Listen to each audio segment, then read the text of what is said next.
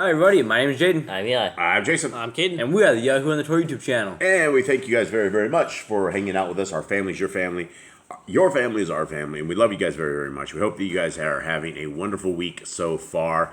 And on the Gregorian calendar, it is a Wednesday. And hopefully you guys are making it through this week successfully. And we are deep into the second book of Aḍam and Ḥawwah. Gentlemen, how are you guys doing? Good. Everyone alive? Yeah. How's the ears? Eli, how's your... Still a little swollen. You a little stuffy? Yeah, Sound a little stuffy. stuffy nose. You sound a little stuffy. Kate, how you doing? Good. Better? Jade? A little bit. Any Fine. ailments? No, man. No issues? All right, that's good. All right, let's rock and roll. Let's get on this right here. This is the chapter 7, and we'll do chapter 7 and 8 today. When our father Aḍam saw that Sheth was of a perfect heart, he wished him to marry, lest the enemy should appear to him another time and overcome him. So Aḍam said to his son Sheth, I wish, O my son, that thou wed thy sister Achalia, Hevel's sister, that she may bear thee children, who shall replenish the earth, according to Elohim's promise to us. Be not afraid, O my son, there is no disgrace in it. I wish thee to marry, for fear lest the enemy overcome thee. Sheth, however, did not wish to marry, but in obedience to his father and mother, he said not a word. So Aḍam married him to Achalia, and he was 15 years old. But when he was 20 years of age, he begat a son, whom he called Enosh, and then begat other children than him. Then Enosh grew up, married, and begat at Canaan. Canaan also grew up, married, and begat Mahalalel. Those fathers were born during Aḍam's lifetime, and dwelt by the cave of treasures. Then were the days of Aḍam 930 years, and those of Mahalalel 100. But Mahalalel, when he was grown up, loved fasting, praying, and with hard labors, until the end of our father Aḍam's days drew near. Okay.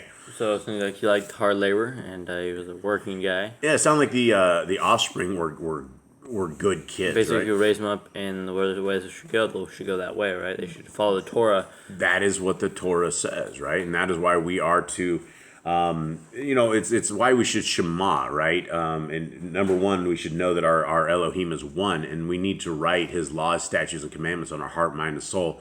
Write them on the doorposts, write them on our gates, write them everywhere out there. Because the laws will grab your kids, and if you are raising them up in the laws, statutes, and commandments, then they will hopefully not stray from them. And if they do stray from them, then it is on their own accord because they have been taught everything about that. All right, chapter 2.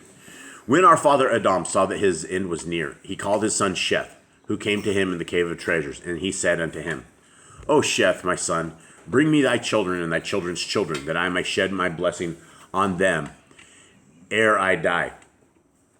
When Sheth heard these words from his father Aḍam, he went from him, shed a flood of tears over his face, and gathered together his children and his children's children, and brought them to his father Aḍam.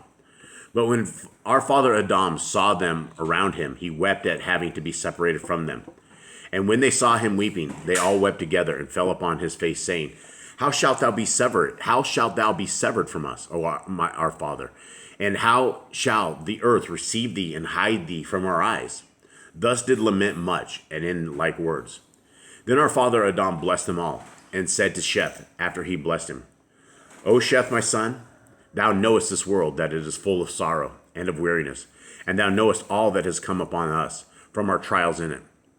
I therefore now command thee in these words, to keep innocency, to be pure and just, and trusting in Elohim, and lean not to the discourses of Satan, nor to the apparitions in which he will show himself to thee. But keep the commandments that I give thee this day. Then give the same to thy son Enosh, and let Enosh give it to his son Canaan, and Canaan to his son Mahalalel, so that this commandment abide firm among all your children. O Sheth, my son, the moment I am dead, take ye my body, and wind it with myrrh, aloes, and cassia, and leave me here in the cave of treasures, in which are all these tokens which Elohim gave us from the garden. O my son, hereafter shall a flood come, and all creatures leave out only 8 souls. But O my son, let those whom it will leave out from among your children at that time take my body with them out of this cave, and when they have taken it with them, let the oldest among them command his children to lay my body in a ship until the flood has been assuaged, and they come out of the ship. I don't even know what that word is supposed to be. Sogged. Yeah, I don't know what that is. Then they shall take my body and lay it in the middle of the earth, shortly after they have been saved from the waters of the flood. For the place where my body shall be laid in the middle of the earth, Elohim shall come from thence, and shall save all our kindred. But now, O Sheth, my son, place thyself at the head of thy people. Tend them, and watch over them in the fear of Elohim, and lead them in the good way. Command them to fast unto Elohim, and make them understand they ought not to hearken to Satan, lest he destroy them. Then again, sever thy children and thy children's children from Canaan's children. Do not let them ever mix with those, nor come near them either in their words or in their deeds.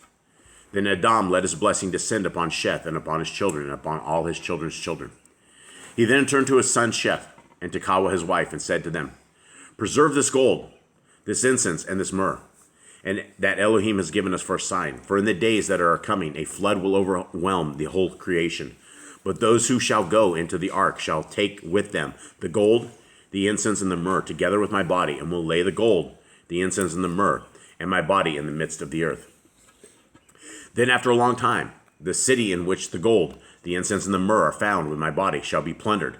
But when it is spoiled, the gold, the incense, and the myrrh shall be taken care of with the spoil that is kept, and not of them shall perish, until the word of Elohim, made man, shall come, when kings shall take them, and shall offer to him gold in token of his being his sovereign, incense in token of his being Elohim of Shemaim and earth, and myrrh in token of his passion.